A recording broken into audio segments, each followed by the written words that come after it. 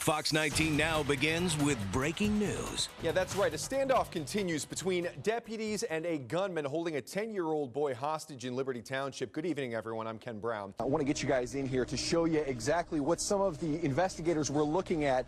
There are 4 different marks here on this shed where you can see bullets hit. The Ohio Department of Natural Resources has officers out here looking for people who are drunk and operating boats. They're trying to keep everybody else safe. On Thanksgiving Day in 2017, trouble was brewing on Walnut Street as Lachey's Bar closed up early for the evening. As bar manager Ellie Richardson and co-workers walked to their cars, that trouble bubbled over when a car blew by the group that was headed home for the holiday. They didn't slow down. They actually almost hit us, so I mean that's where the interaction came from, is we're like, hey, you almost hit us, what the heck? I mean, it was a 30-second interaction, and before I knew it, pulled out a gun and shot me. And so woke up in the hospital a little confused and agitated, I guess, to say the least. As Richardson sat in the hospital with a gunshot wound to her face, 2 weeks passed before the man behind the trigger, Lavoris Hightower, turned himself in. That's the last thing I remember. I saw him, and then that was it. I don't remember like physically being like feeling the shot or anything like that. Like I can't say if I remember feeling it or anything like that. The pain would come in the weeks and months that followed in the form of a slow recovery and painstaking physical therapy. The pain made easier by the countless thoughts and prayers that filtered in from across the tri-state. I had so much support from my family and friends, and I mean the city of Cincinnati, that being negative wasn't something that I was doing. I mean, I think I was more defeated sometimes, so that was frustrating, and expecting things to happen quicker than what they were.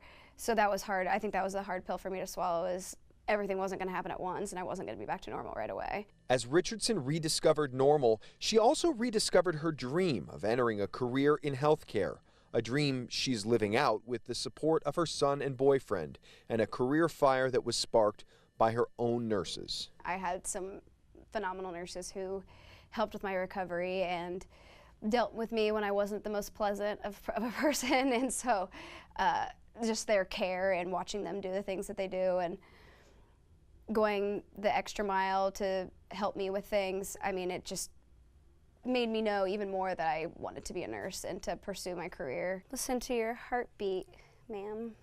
A pursuit that's nearing the end of its first leg with Ellie's graduation on Thursday, and one that may not have started without its horrific beginnings in November of 2017. I don't sit and dwell and think about how much I hate him or anything like that, because that's not my view on this at all. I don't forgive him for what happened, but I've moved on, and I wouldn't be where I am today. Not that I'm grateful for what happened at all, but I wouldn't have moved forward in my life in this aspect and my thought process. I wouldn't have grown the way that I have if something like this wouldn't have happened. Not Timothy Pitson. Those 3 words in a tweet from the FBI office in Louisville is enough to bring someone who knew the long-missing 6-year-old to their knees. Unfortunately, this child is not our beloved Timothy. We know that you are out there somewhere, Tim, and we will never stop looking for you, praying for you, and loving you. Turns out the person claiming to be the missing boy is a 23-year-old man. Aurora police have called the incident a hoax. Family and friends know this better as heartbreak. My mom, she's broken. I could see it. I'm broken. My heart hurts so much. I've been trying to stay off my phone, but sadly, Grande still can't escape the news that her childhood friend, Timothy Pitson, is still missing. I remember all of us growing up with him. He would be sleeping over at our house. Till the sun would come out, and then till the sun would leave, he'll go home. He literally lived with us. He had no brothers or sisters, so we literally thought that was my little brother for me. The young smiling staple in the neighborhood has been gone for 8 years. The family has spent the better part of a decade with more questions than answers, and what has been 24 hours of cautious optimism for Timothy's family has turned into repeated disappointment. He's a wonderful little boy, and I hope he has strength of personality to do whatever he needs to do to find us My prayer has always been that when he was old enough, he would find us if we couldn't find him. I was talking to her, and as I was looking back to my right to see if any traffic was coming, and I saw this vehicle coming right at us.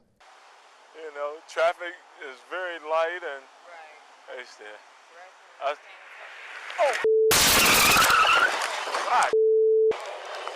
Woo! Just seconds on camera went by in slow motion for District 4's Marcus Jackson. Before I knew it, car come by and slammed into the back of her. Officer Jackson was responding to one accident when another unfolded right in front of him. His patrol car was blocking part of the road when the driver of another vehicle is believed to have had a medical issue and came smashing into the back of a Metro supervisor's SUV. Once I realized what had happened, it's just time to work. I mean, it's just what we do on a day-to-day basis if critical things happen out in the streets. So it was time to find out, is she okay? Is the other driver okay? And he did, stopping only briefly to tend to his own cuts after checking on the people in the 3 cars that were involved. Hey, good thing I got cat-like reflexes. You just react, you know. It's just something that if I do it all over again, it might be a little different. You all right, sir? Just been on a lot of gun runs, shootings, critical incidents, and nothing close to this. This is too close. Although it wasn't the case here, Jackson says there's a growing concern for officers' safety on the road because drivers can't seem to keep their attention on the road. Nowadays, I think people just more occupied of what they're doing and what they have to do other than just drive. Pay attention to driving and focus on what you're doing right now.